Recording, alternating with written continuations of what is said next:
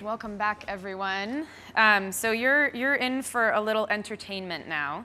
Tell us what we're going to see. Well, this will be the first year that Pixar has released 2 movies in 1 year.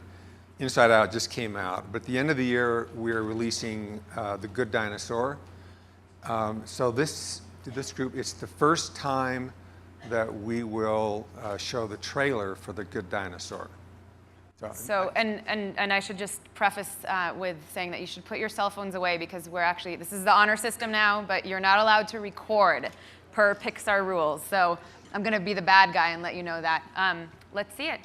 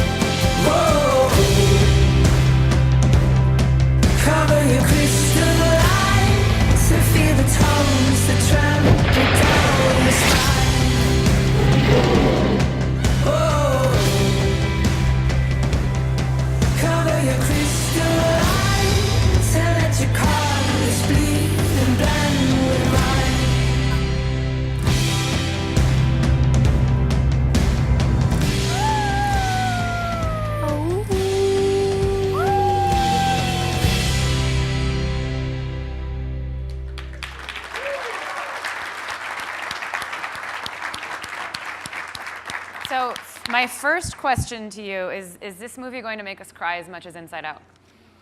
How many of you have seen Inside Out, by the way? Raise your hand. Quite a few. Well, I don't know. With every one of our films, we do try to touch an emotion, but we don't try to do the same emotion each time. But we try to connect with something, and there's a complex array in every one of us, and our belief is that's how you make a good movie. You should touch something, but we don't want to repeat ourselves. So this film is entirely different than Inside Out.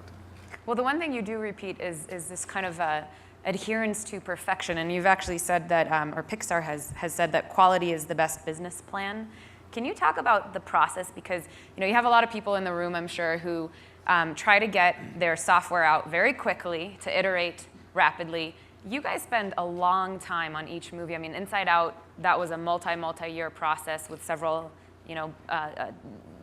delays along the way. Same with this movie. Can you talk about the process?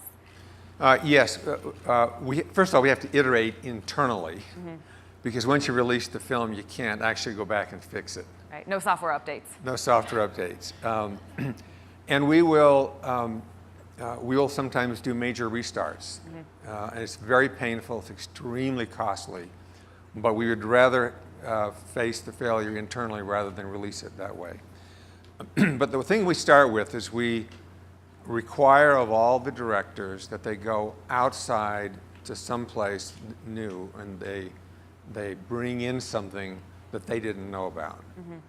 The temptation is, if you see somebody else successful, in the film business and of course in technology business, then you think I can make the processes better and cheaper and I can do a better job. And so you're in that kind of competition, but essentially it's derivative work. And that's actually frequently a successful strategy because companies do make money doing that. But this is not what we want to do. So for you, just because something works actually means you shouldn't do it again. That's right. Personally, I think of risk as coming in 3 different phases, whether it's technology or building a team or the idea. And the first phase is to decide what the risk is. So with a movie idea, some of them are low commercial risk. They're still hard to make. They're all hard to make. But doing Incredibles 2 is low commercial risk. Doing a Ratatouille, a rat that wants to cook, or Inside Out, this high commercial risk.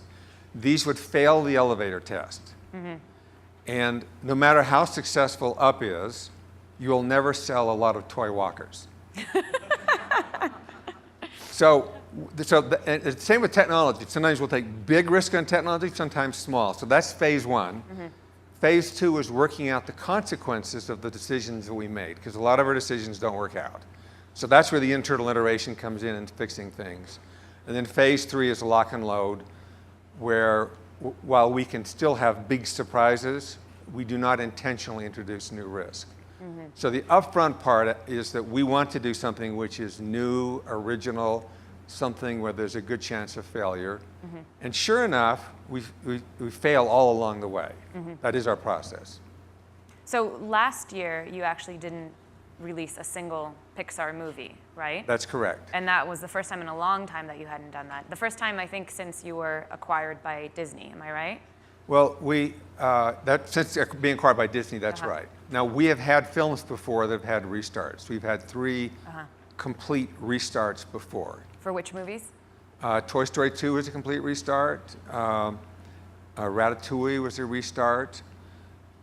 We had one other film. It's the only film that we've ever started that we didn't complete. So this is our Inside Out is our 15th film.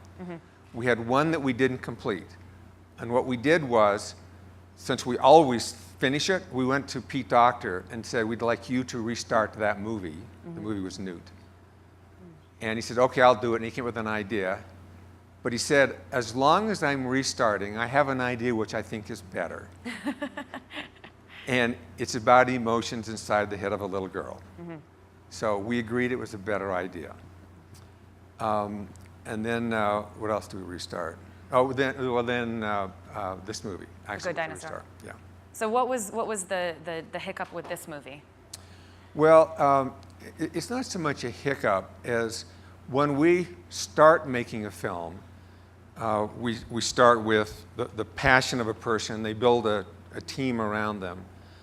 And the only thing we have to go on is how well that team works together. Because when they put together the first version of it, it always sucks. And I don't mean this in the sense that we're being modest or self-effacing. I mean it in the sense that it sucks. Always. Yeah, they've always sucked. And so you go through and you try to fix it.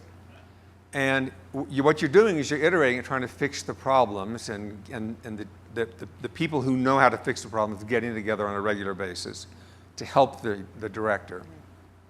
And sometimes the team doesn't gel, and we begin they begin to lose confidence. And at that point, we have to make a change and sometimes do a restart. We always have to do some setback or reset. And we just never know how big it's going to be. So, and some people might not know, but Ed wrote a book basically on culture called Creativity, Inc. You started out as a technologist, and your dream was always to create a computer-generated animated movie, right? Completed that.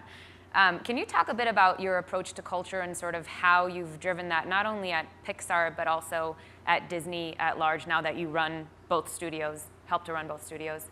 Well, at Pixar, at the time we were failing as a company, the thing I observed is that there were successful companies in Silicon Valley, and they were the companies, the equivalent of like Google and Apple today, but at that time it was Sun and Silicon Graphics and so forth. And what would happen is the companies would be very successful. They go public, they get their pictures of magazines and so forth, and then they'd fall apart. They do something really stupid. Not that there's anything wrong with that, the magazine side. Well, no, Good. but it's part of a process. What happens is it leads to a delusion. And the delusion is that our success makes us draw a lot of wrong conclusions. In other words, we draw the simple conclusion that what we're doing is right, so I'll keep doing that. And a lot of those conclusions are actually incorrect or they're wrong because we don't fully acknowledge the things that we can't see in this process, either random events or contributions by people.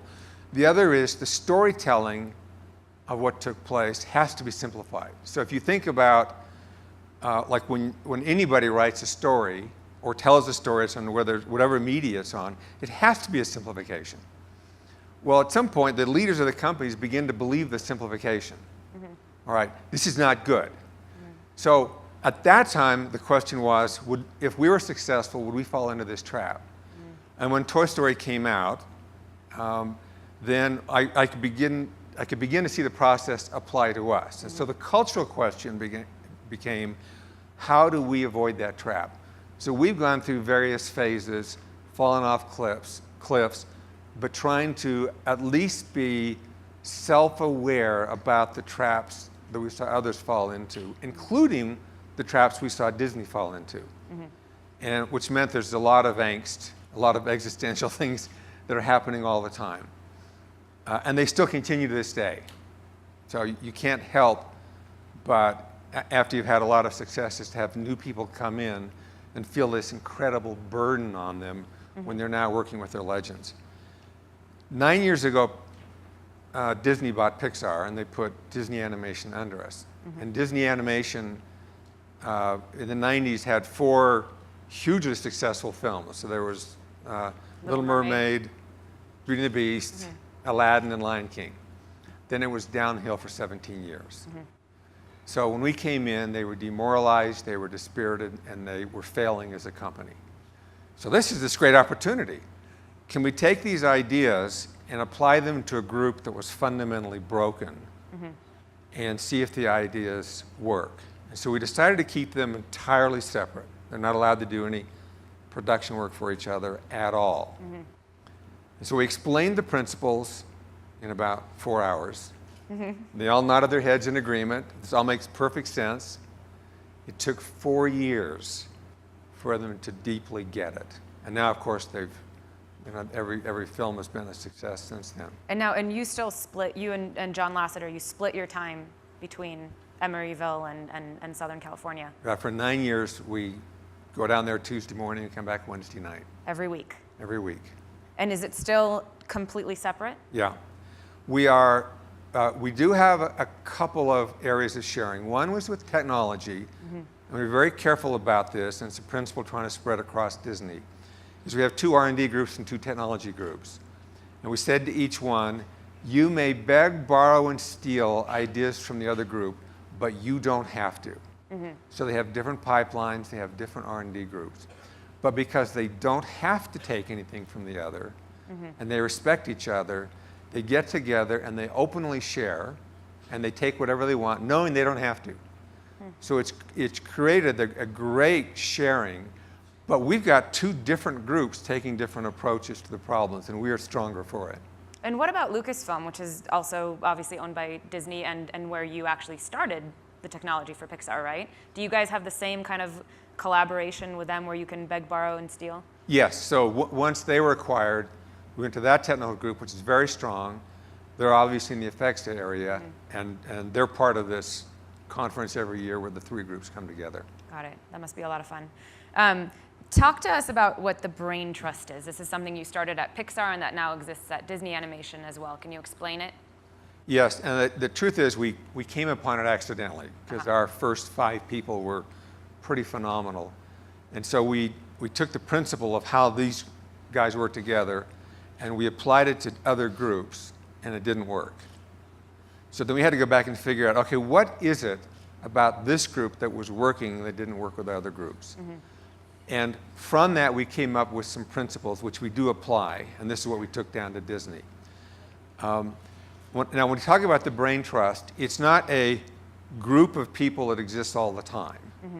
It's what we call the group that come together to solve a problem, usually for meetings after we viewed what a film is, or a 2-day offsite. And it operates under 4 principles. One of them is that nobody can override the director. All right, so basically we remove the power structure from the room. So John's notes or my notes, we can't override the director. Now, it's easier said than done because people will sometimes defer to what they perceive the power structure to be. But it's a conscious effort to not have that. The second is it's peer-to-peer. So that it's filmmaker talking to filmmaker. It's not boss talking to filmmaker or boss talking to employee. The third one... But you can't override the director. Well, yeah, it's because the director it's their project. It's his or her project. All right, they're the ones who are responsible. The reason we have to remove the power structure is if they know the group can override them, then they will enter the room in a defensive posture. And that will make it so they don't listen. By allowing them to say, no, the choice is really yours, they then can come in, because they're highly exposed, and then they can listen. And they will treat the comments as comments to help them. The third principle is that they all share in each other's success. They have a vested interest in each other's success. And the last one is just that they give and take honest notes. And so those are principles. Now, we don't always live up to them, because it's hard to do. Which is the hardest one? I would probably say the power structure one. But there are consequences of that. What it does is you kind of pull back from the honest notes. Now, we usually do live up to them. That's why the films are pretty good. Every once in a while, they're just flaming disasters. We have to reconvene with a smaller group because those things get in the way. They're subconscious things. People can't help themselves. Every once in a while, magic happens. And by magic, what I mean is there's the loss of the ego in the room. And what you see are ideas going out. It doesn't matter whether they're bad or good. Nobody's clinging to them. They're just focused on the problem. And almost every film has one of those times, usually a 2-day offsite, when the magic takes place. And you can't, because we don't record them, right? All you can do is say, oh, it's an amazing event when it happens.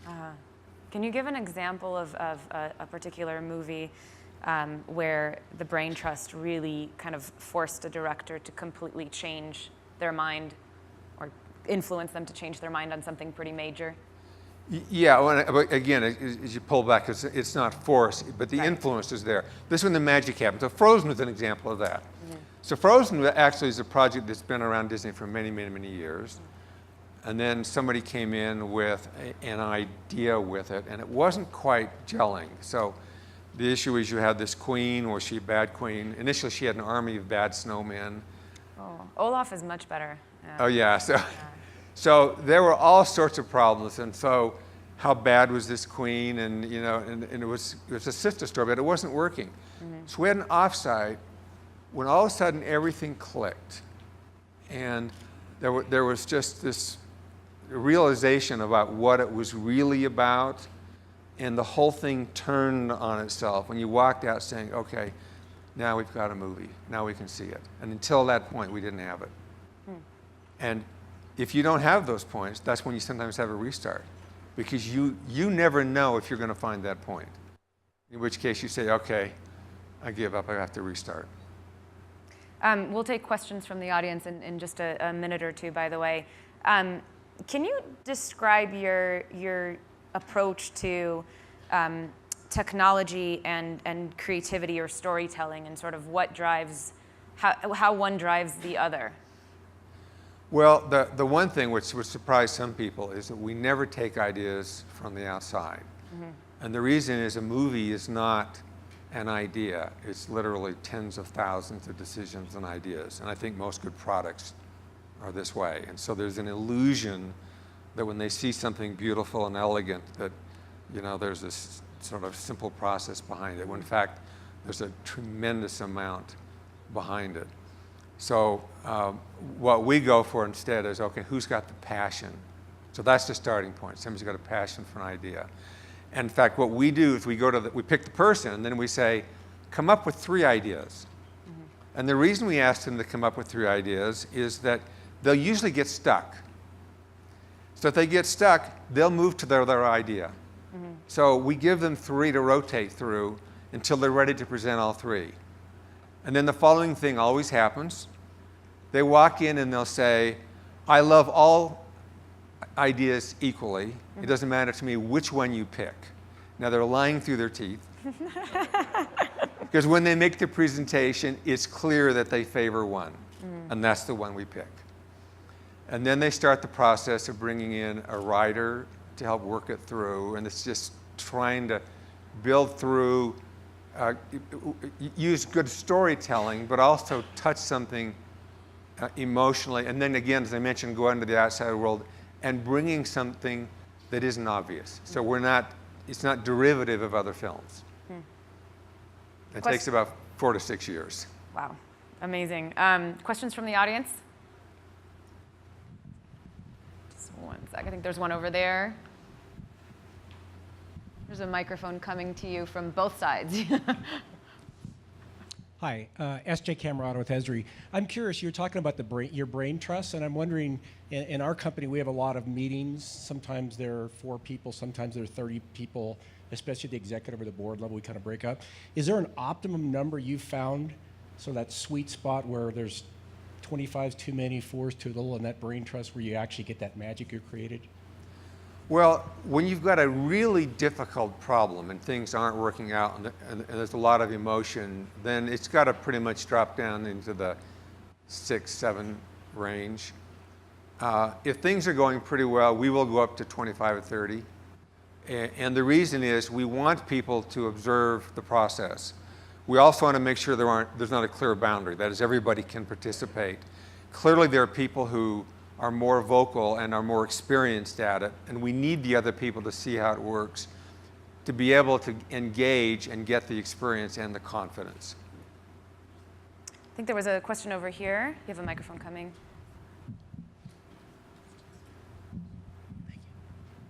Sach Chandaria with Katisa. On one hand, with the amazing success you've had with Pixar and Disney, clearly you've got a great process. In your book, you also write about, how you never want to be lulled by that success. That's a very difficult tension, or very difficult balance to maintain. How do you do it? How do you not get sucked into what you know you're doing well, so that you're always vigilant and constantly testing yourself? Well, the first thing to know is I'm a calm and optimistic person, and I'm not actually paranoid, so I don't want this to be interpreted incorrectly. But I believe there's always something going wrong, and I say this in the sense that when you are the leader, you actually begin to lose touch because people are afraid to tell you things. Now, your close friends aren't, but new people coming in, because of the position, actually start to back off. But because you haven't changed, I don't think I've changed. I mean, I've got more experience, but I don't think my personality has changed. But there are more people who are actually afraid of saying what they think. Afraid maybe is too strong of a word, but they hold back, they're respectful. And so what you get are these invisible barriers, and you have to be really aware that they're there. All right, and these are emotional issues that people have, and you have to recognize that they're always at play, and that people are afraid of failure. And I mean, as you know, when you're in businesses, a lot of your businesses are going to fail, as you know, and your processes fail, right? But there's an academic meaning for failure, which is that fail is part of learning, and we all get that. But there's another emotional part of failure, the one that we learn at school, which is that when you fail a class or a test, it means you screwed up or you didn't study hard enough or you weren't smart enough. But even beyond that, in politics and business, failure is used as a bludgeon in which to go against opponents. So there's a palpable aura of danger around failure. All right, now those things coexist inside each one of us, inside of our employees. They don't want to look bad. They don't want to let you down. So we have to recognize the consequences of those real feelings that are in people, even if they disguise them. And in recognizing there are two meanings and that they're at play at all times, we can then try to be aware of them and make it safer for them to be creative. Now there's one point I want to make about Disney, is that Disney's now successful, but basically it's the same people who were there when they were failing. All right? So it wasn't as like we replaced them with new people who are now creative or fresh young blood. There were new people that came in, and there were people that left, but basically it's the same. What we were doing is paying attention to removing the barriers to fear that got in the way of the creativity. And they're always popping up in new different ways, and they still are to this day. So there are major issues that we're addressing at Pixar right now. And it's just, they're ping-ponging back and forth. Like they're out of phase with each other, thank goodness. We're actually out of time. I'm so sorry, but maybe you can catch Ed afterwards. And just real quick, leave us with this. What is your favorite movie that you've worked on? You said that earlier that people who say they don't have a favorite are lying through their teeth. So give us yours. Well, okay, there's the cheap answer, which is it's like being asked, what's your favorite child, right? And you know that you can't say, right, for obvious reasons. And the real answer? So the real answer is the films don't mean the same thing to me. Because I watched them being made, and I watched the disasters, and I watched the turnaround, then they are part of the film. And so I look at those and say, Toy Story 1 meant something to me because we figured it out when none of us knew what the hell we were doing. Toy Story 2 was a complete meltdown where we did a restart. Ratatouille, watching genius at play where we took a bad idea and all of a sudden made it brilliant. Every one of them has a different story. So that's why I actually can't say the favorite ones, because they're all these tremendous learning experiences that don't mean the same thing to me as they would to the audience member. All right. I'm still lying through my teeth. Yeah, you totally are. Thank you so much. All right. Thank you. Thank you.